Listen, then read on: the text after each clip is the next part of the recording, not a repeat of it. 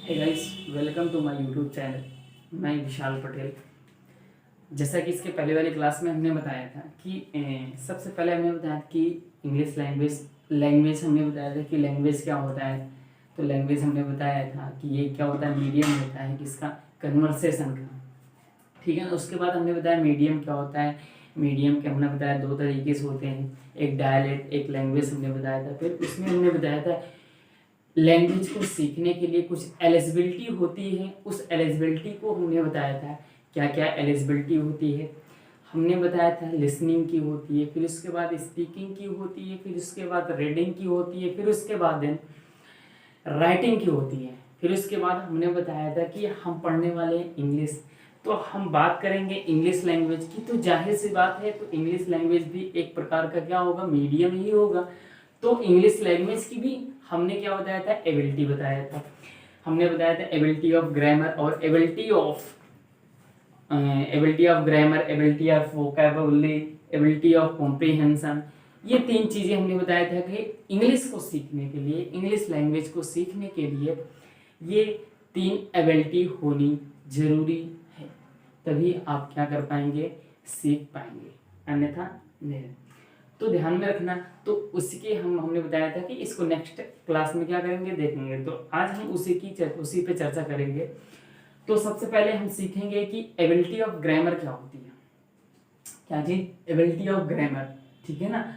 तो ध्यान में रखना कि जो ग्रामर होता है, चाहे वो हिंदी ग्रामर हो, चाहे वो इंग्लिश ग्रामर हो, चाहे वो हिंदी व्याकरण हो, चाहे वो अंग्रेजी व्याकरण हो, ध्यान में रखना कि किसी भी भाषा का जो ग्रामर होता है वो उसकी मूल इकाई होती है। क्योंकि हम उसी के आधार पर, ग्रामर के ही आधार पर हम बताते हैं कि कोई चीज़ सही है या गलत है। तो इंग्लिश लैंग्वेज की अगर हम बात करें, तो इंग्लिश लैंग्वेज में अगर हम एबिलिटी ऑफ ग्रामर की बात करें, तो एबिलिटी ऑफ ग्रामर हमेशा ध्यान में रखना कि grammar is a fundamental concept of language that tells about right and wrong. ठीक है। तो grammar is fundamental concept of language that tells about right and wrong.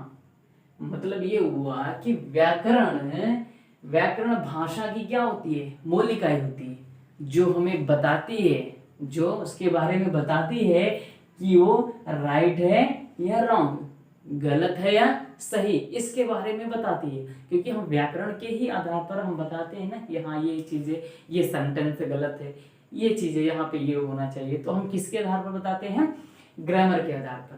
तो ग्रामर क्या होती है, किसी भी लैंग्वेज की जो ग्रामर होता है वो उसकी क्या होती है, मूल इकाई होती है। Got it. अब यहाँ पे समझना कि ध्यान में रखना कि ग्रामर में जो चीजें हम क्या करते हैं कि एक क्या चीजें, कोई शब्द होता है उसको, उसकी एक क्या होता है, कहीं ना कहीं अगर हम कोई सेंटेंस बना रहे होते हैं तो उस सेंटेंस में क्या होती है। अब ऐसा तो है नहीं कि हम कोई भी शब्द चाहे जहाँ रख दें, ऐसा तो है नहीं।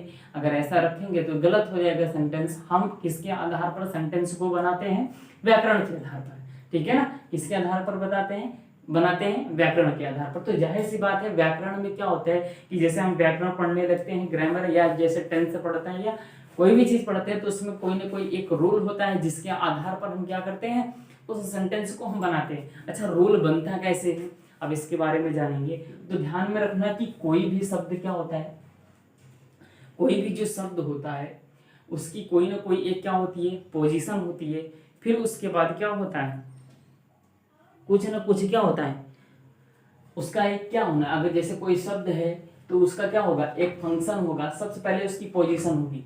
हम किसी भी शब्द को कहाँ पे रखेंगे, किसी भी शब्द को हम रखेंगे कहाँ पे, उसका क्या होगी, कोई ना कोई एक पोजीशन होगी। जाहिर सी बात है, जब उसकी पोजीशन फिक्स हो जाएगी तो किसी न किसी चीज का वो कार्य करेगा।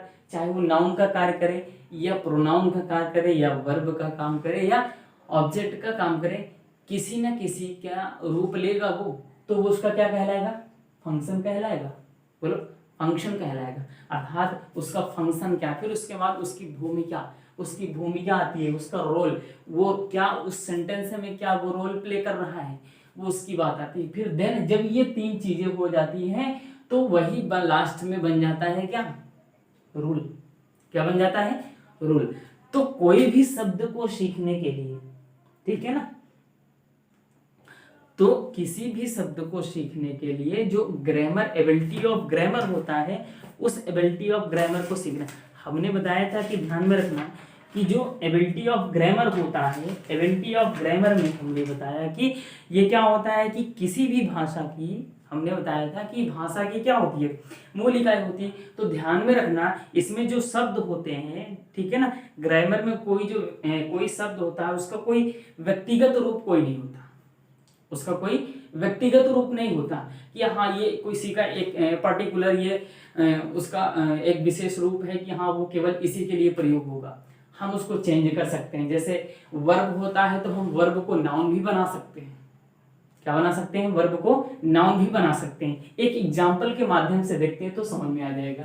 तो ध्यान में रखना कि हमने कहा कि जो व्याकरण होता है, एबिलिटी ऑफ जो ग्रामर होता है, ग्रामर में कोई भी शब्द कोई भी शब्द का कोई एक विशेष क्या होता है, उसका कोई विशेष रूप नहीं होता, उसको हम अपने अनुसार अकॉर्डिंग टू सेंटेंस के अनुसार, जैसे वर्ब को हम नाउन भी बना सकते हैं, ठीक है ना। या जैसे क्या होता है कि हम एडजेक्टिव, अब यहाँ पे ध्यान रखना, देखो एग्जाम्पल के माध्यम से देखते हैं। देखो यहाँ पे ही केम टू आवर्स बिफोर। अब यहाँ पे हम बिफोर की क्या पढ़ना, बिफोर की अगर हम पोजीशन देखें, क्या देखें, अगर हम यहाँ पे बिफोर की पोजीशन देखें तो बिफोर यहाँ पे क्या है, ही केम टू आवर्स बिफोर, मतलब ये हुआ कि वो 2 घंटे पहले पहुंचा है, वो 2 घंटे पहले आया। तो जाहिर सी बात है ये किसको बताएगा, एडवर्ब ऑफ टाइम को बता रहा है। यहाँ पे किसको बता रहा है, एडवर्ब ऑफ टाइम को बता रहा है। तो यहाँ पे जो बिफोर है वो किसको रिप्रेजेंट कर रहा है, एडवर्ब ऑफ टाइम। तो यहाँ पे इसका जो फंक्शन है, इसका जो रोल है वो क्या है, एडवर्ब ऑफ टाइम। अगर अब उसी के नीचे देखें, ही केम एंड सेट, वो आया और बैठा बिफोर मी, मेरे सामने। तो यहाँ पे ध्यान में रखना कि यहाँ पे जो बिफोर है, अब यहाँ पे बिफोर क्या है, बोलो, यहाँ पे जो बिफोर है ये क्या है, प्रीपोजिशन है। क्या है, प्रीपोजिशन। तो अब यहाँ पे समझना कि एक ही शब्द, हमने कहा कि ना कि व्याकरण जो होता है, व्याकरण में किसी भी शब्द का कोई व्यक्तिगत रूप नहीं होता। क्या चीज, उसकी कोई एक व्यक्तिगत रूप, उसका कोई एक व्यक्तिगत पहचान नहीं होती। तो ध्यान में रखना, तो हम उसको बदल सकते हैं। जैसे यहाँ पे बिफोर के यहाँ पे क्या था, पहले वाले सेंटेंस में एडवर्ब ऑफ टाइम है और नीचे वाले सेंटेंस में क्या है, प्रीपोजिशन है। अब नीचे वाले और नीचे चले जाते हैं। अब पेशेंट हैड डेड, मरीज मर चुका, बिफोर द डॉक्टर केम, अर्थात डॉक्टर के आने से पहले मरीज मर चुका। तो यहाँ पे जो बिफोर है वो किसको रिप्रेजेंट कर रहा है, कंजंक्शन को। किसको रिप्रेजेंट कर रहा है, कंजंक्शन को। तो यहाँ पे इसका क्या फंक्शन बदल गया ना, बोलो। पोजीशन देखो, पोजीशन इसकी यहाँ पे थी, यहाँ पे ऑब्जेक्ट पहले, यहाँ पे 2 सेंटेंस को जोड़ रहा है। तो कहीं ना कहीं क्या हो जाता है, अब यही चीज क्या बन जाएगा, रूल बन जाएगा। क्या बनेगा, रूल बनेगा। तो जो व्याकरण में हमने कहा कि कोई भी शब्द होता है उसकी कोई व्यक्तिगत पहचान नहीं होती है, उसकी कोई व्यक्तिगत रूप से पहचान नहीं होती है, ठीक है ना। तो यहाँ पे जैसे हम देखें बिफोर को, तो बिफोर यहाँ पे क्या है, एडवर्ब ऑफ टाइम, क्योंकि यहाँ पे टाइम को रिप्रेजेंट कर रहा है, यहाँ पे प्रीपोजिशन को रिप्रेजेंट कर रहा है और यहाँ पे कंजंक्शन को रिप्रेजेंट कर रहा है, क्योंकि यहाँ पे 2 सेंटेंस को क्या कर रहा है, जोड़ रहा है। तो बिफोर का पोजीशन, फंक्शन और रोल देखा ना आपने। तो ये होता है ग्रामर। तो हम ग्रामर के ही आधार पर बता सकते हैं ना कि कोई भी सेंटेंस सही है या गलत, ठीक है। फिर उसके बाद एबिलिटी ऑफ चले जाते हैं, एबिलिटी ऑफ वोकैबुलरी। ध्यान में रखना कि किसी भी व्याकरण, किसी भी भाषा को सीखने से पहले हमें जो व्याकरण होता है वो क्या होती है, किसी भी भाषा की मूल इकाई होती है जो हमें बताती है वो सही है या गलत। अब यहाँ पे समझना है कि एबिलिटी ऑफ वोकैबुलरी क्या होती है। अच्छा, इसमें हमने कुछ नहीं लिखा, बताता हूँ, ठीक है ना। जो एबिलिटी ऑफ वोकैबुलरी होती है, मतलब ये हुआ कि शब्दकोश की समझ, किसकी, शब्दकोश का ज्ञान। मतलब ये हुआ कि अगर हमें शब्दकोश पता हो, कि जैसे कभी कभी क्या होता है ना कि जैसे हम होमोफोन्स में पढ़ते हैं, होमोनिम्स में पढ़ते हैं, तो उसमें क्या होता है कि जो प्रोनाउंसिएशन होता है वो क्या होता है, सेम होते हैं, लेकिन उसकी स्पेलिंग्स जो होती है वो अलग अलग होती है। कभी कभी क्या होता है कि कोई भी किसी भी शब्द को हम क्या करते हैं, नाउन भी बनाते हैं, एडजेक्टिव भी बनाते हैं, ठीक है ना। तो एडवर्ब भी बनाते हैं, तो ध्यान में रखना, तो वो क्या होता है शब्दकोश। शब्दकोश मतलब वो क्या होता है कि कभी कभी एक ही शब्द का डबल मीनिंग हो जाता है, या प्रोनाउंसिएशन करने में सेम होता है लेकिन उसका मीनिंग क्या होता है, अलग अलग होता है। तो वो होता है शब्दकोश। मतलब तब अगर जब हमें शब्दकोश का नॉलेज हो जाएगा तभी तो हम सेंटेंस में, अभी जैसे यहाँ पे हमने सेंटेंस बनाया, अब इस सेंटेंस में हमने बिफोर लिखा है, आर्स लिखा है, टू लिखा है, कि अगर यहाँ पे हमें शब्द का ही नॉलेज नहीं होगा, वर्ड का ही नॉलेज नहीं होगा, वोकाबुलरी का ही नॉलेज नहीं होगा, तो हम सेंटेंस को कैसे बनाएंगे। तो ध्यान में रखना कि किसी भी भाषा को सीखने के लिए हमें वोकैब शब्दकोश का नॉलेज होना चाहिए, तभी तो हम क्या कर सकते हैं, किसी से बात कर पाएंगे, किसी से बातचीत कर पाएंगे। क्योंकि जब हमारे पास शब्द ही नहीं होंगे तो हम बात कैसे करेंगे। Got it? Are you getting my point dear? अब यहाँ पे समझना कि अब कॉम्प्रिहेंशन की बात होती है। हमने 3 एबिलिटी बताया था, ability of grammar, ability of vocabulary, ability of comprehension, अर्थात समझ का हमें होना चाहिए। अब ध्यान रखना कि जैसे हम व्याकरण सीख लिए, फिर उसके बाद हमने शब्दकोश का नॉलेज हो गया। जब शब्दकोश का नॉलेज हो गया तो जाहिर सी बात है हमारे अंदर कुछ ना कुछ एक समझ विकसित होगी, जिसके आधार पर हम कोई ना कोई एक शब्दकोश हो जाएगा। तो उस शब्दकोश के आधार पर हम क्या कर सकते हैं, एक स्टोरी भी बना सकते हैं, क्योंकि स्टोरी का कोई ना कोई एक पर्पज होगा, ठीक है ना। तो वो हमारी क्या होगी, समझ होगी। या कोई चीज हम मैगजीन पढ़ते हैं या किसी भी चीज को पढ़ते हैं, तो जब अगर हम किसी चीज को पढ़ रहे हैं तो हमारे अंदर एक क्या होती है, समझ विकसित होती है, ठीक है ना। जब समझ विकसित होगी, क्योंकि जब तक हमें व्याकरण का नॉलेज नहीं होगा, जब तक हमें शब्दकोश का नॉलेज नहीं होगा, तब तक हमारे अंदर समझ कैसे आएगी। समझ तभी आएगी जब तक हमें व्याकरण का नॉलेज, जब हमें व्याकरण का नॉलेज होगा, जब हमें शब्दकोश का नॉलेज होगा, तभी तो हमारे अंदर समझ आएगी। तभी तो किसी पैसेज की या किसी किताब को पढ़ते हैं तो क्या होता है, हम उसके शब्द, जो उसमें शब्द लिखे रहते हैं, उस शब्द के अर्थ को समझते हैं, तभी तो हम उस कहानी को, उस पैसेज को समझ पाते हैं। अन्यथा समझ पाएंगे क्या, नहीं, बिल्कुल नहीं। अब यहाँ पे समझना कि कंप्रीहेंशन जो होता है, कंप्रीहेंशन मतलब ही होता है, हिंदी में अर्थ देखा जाए समझ। अब यहाँ पे समझना कि जो कंप्रीहेंशन बना है वो इंग्लिश शब्द के एक है कॉम्प्रीहेंड, क्या है, कॉम्प्रीहेंड। तो कॉम्प्रीहेंड के जो कॉम्प्रीहेंड शब्द है, कॉम्प्रीहेंड मतलब ही होता है समझना। क्या होता है, समझना। जब कॉम्प्रीहेंड का मतलब क्या हो गया, समझना, तो ध्यान में रखना कॉम्प्रीहेंड का मतलब समझना, तो कॉम्प्रीहेंड से ही बना है क्या, कॉम्प्रीहेंशन। तो कॉम्प्रीहेंशन मतलब क्या होता है, समझ। क्या होती है, समझ। अब यहाँ पे समझना जरा इसकी डेफिनेशन, तो ध्यान में रखना डेफिनेशन क्या है, the skill of reading, the skill of reading and understand of a language is called comprehension. क्या, कॉम्प्रीहेंशन। अब यहाँ पे ध्यान में रखना कि कभी भी जो अंडरस्टैंड होता है ना, वो आईएनजी के फॉर्म में नहीं यूज होता है, इसीलिए यहाँ पे रीडिंग है, यहाँ पे अंडरस्टैंड है। ये धीमे धीमे नॉलेज हो जाएगा, ठीक है ना। अब यहाँ पे समझना क्या लिखा है कि the skill of reading and understand of a language is called comprehension. अब यहाँ पे समझना कि पढ़ने, देखो, पढ़ने और समझने की कुशलता को ही हम क्या बोलते हैं, कॉम्प्रीहेंशन। किसी भी भाषा के पढ़ने और समझने की कुशलता को ही हम क्या बोलते हैं, कॉम्प्रीहेंशन। क्या बोलते हैं, कॉम्प्रीहेंशन। अब यहाँ पे ध्यान से समझना कि हमने कहा कि कोई भी भाषा होगी, जब हम उस पर पढ़ेंगे और हम उसको क्या करेंगे, समझेंगे, तो जो हमारी समझ होगी वही क्या कहलाएगा, कॉम्प्रीहेंशन कहलाएगा। अब समझ कैसे विकसित होगी, जब तक हमें व्याकरण का नॉलेज जब होगा और जब हमें शब्दकोश का नॉलेज होगा, तभी हमारे अंदर क्या होगी, एक समझ, एक सिनेरियो बनेगा। अगर कोई स्टोरी हम पढ़ते हैं तो उसका क्या होता है, सिनेरियो बनता है कि हाँ ये पहाड़ था, वो वहां गया, मतलब बहुत सारी चीजें होती हैं।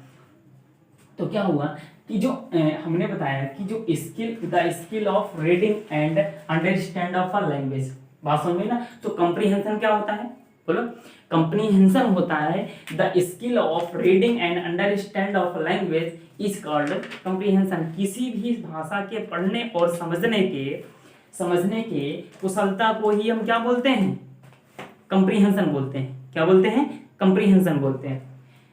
मेरी बात को समझ रहे हैं, समझ रहे हैं ना। अब यहाँ पे समझना, ठीक है ना।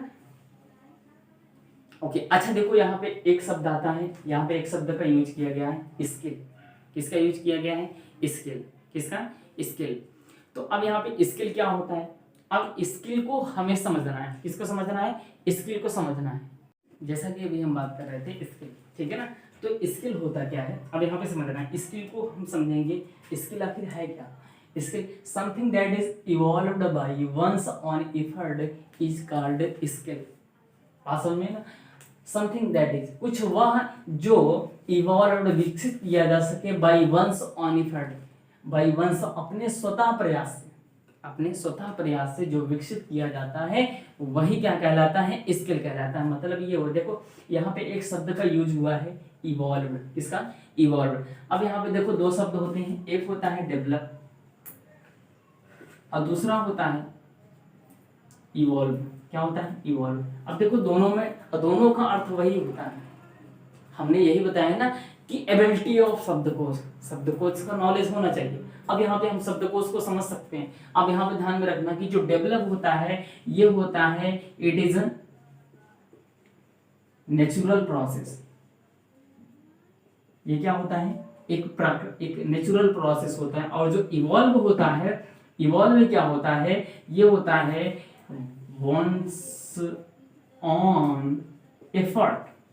क्या होता है, वंस ऑन एफर्ट। मतलब ये हुआ कि ये एक हमेशा चलने वाली प्रक्रिया होती है, जो एक नेचुरल, जो प्राकृतिक जो विकसित होता है, जो प्राकृतिक के रूप में होता है, ठीक है ना, वो होता है। और लेकिन जो इवॉल्व होता है वो हम खुद से, स्वतः से हम क्या करते हैं, उसको विकसित करते हैं। तो ध्यान में रखना कि हम किसी भी चीज को, अगर व्याकरण, अब व्याकरण तो कोई नेचुरल प्रोसेस तो है नहीं कि हम जैसे जैसे बड़े होंगे वैसे वैसे हमारे अंदर ज्ञान घुसता चला जाएगा, हम सीखते चले जाएंगे, ऐसा नहीं है। तो हम क्या करते हैं, उसको अपने स्वतः प्रयास से क्या करते हैं, सीखते हैं। तो वही है कि समथिंग दैट, कुछ वह जो हम क्या कर सकते हैं, अपने स्वतः प्रयास से सीख सके, विकसित कर सके, वही क्या कहलाती है, हमारी स्किल कहलाती है, कुशलता कहलाती है। अब यहाँ पे समझना कि डेवलप और इवॉल्व में समझ में आ गया ना, यही होता है शब्दकोश, यही होता है शब्दकोश, इसी का नॉलेज होना चाहिए। अब यहाँ पे समझना कि जो कॉम्प्रीहेंशन होता है वो कॉम्पिटिटिव एग्जाम और यूपी बोर्ड के एग्जाम में क्या क्या आते हैं, कॉम्प्रीहेंशन के पार्ट से क्या क्या आता है, आखिर पढ़ रहे हैं तो ये भी कहीं ना कहीं इसका यूज होगा। अब यहाँ पे समझना कि कॉम्प्रीहेंशन के जो पार्ट होता है वो पैसेज होता है, क्लोज टेस्ट होता है और पैराजंबल होता है। ये तीन चीजें होती हैं, पैसेज, क्लोज टेस्ट और पैराजंबल। अब यहाँ पे समझना कि जो पैसेज होता है, अब यूपी बोर्ड के एग्जाम में पैसेज दो होते हैं, एक सीन होता है, एक अनसीन होता है। यूपी बोर्ड के एग्जाम में लास्ट में आता है अनसीन पैसेज। अब वहां पे हमें जब तक व्याकरण का नॉलेज नहीं होगा, जब तक हमें शब्द का नॉलेज नहीं होगा, वर्ड का नॉलेज नहीं होगा, वोकैब का नॉलेज नहीं होगा, तब तक हम उस अनसीन पैसेज को नहीं समझ सकते। उसमें से जो क्वेश्चन पूछेगा हम उस क्वेश्चन के आंसर को भी नहीं दे सकते। जब तक हमें क्या होगा, व्याकरण का नॉलेज, ग्रामर का नॉलेज नहीं होगा, वोकैब का नॉलेज नहीं होगा, तब तक हम, तभी तो कंप्रीहेंशन का मतलब ये होता है ना, एक समझ विकसित हो, ठीक है ना। तो अब कंपटीशन की एग्जाम में क्या आता है, क्लोज टेस्ट होता है, जिसे ही बोलते हैं स्टोरी कंप्लीटेशन। क्या बोलते हैं, स्टोरी कंप्लीशन, ठीक है ना। अब एक आता है पैराजंबल, इसी को बोलते हैं TQRS, या इसी को बोल सकते हैं ABCD। भाषा में ये होता है कंप्रीहेंशन का पार्ट, ठीक है ना। आई होप मेरी बातें आपको समझ में आई होगी। अगर आपको ये वीडियो पसंद आया, ये जो मैंने बताया, ठीक है ना, अब ध्यान में रखना कि ये जो मैं ग्रामर स्पेशल सीरीज लेके आ रहा हूँ ये कंटिन्यू चलेगा, ठीक है ना। वीडियो एक दिन गैप हो सकता है, लेकिन ध्यान देते रहना। अभी तक अगर मेरे चैनल को नहीं सब्सक्राइब किया, प्लीज़ चैनल को सब्सक्राइब करें और बेल आइकन को दबा देना जरूर, क्योंकि कोई भी वीडियो अपलोड हो तो आपके पास नोटिफिकेशन जरूर पहुँचे। और जहाँ तक पहुँच सके वहाँ तक पहुँचाओ इस वीडियो को और शेयर करना, ठीक है ना, क्योंकि और बच्चों के पास ये भी क्या हो, पहुँच जाए। तो प्लीज़ वीडियो को लाइक करें और चैनल को सब्सक्राइब करें। Okay, bye bye, see have a good day, take care.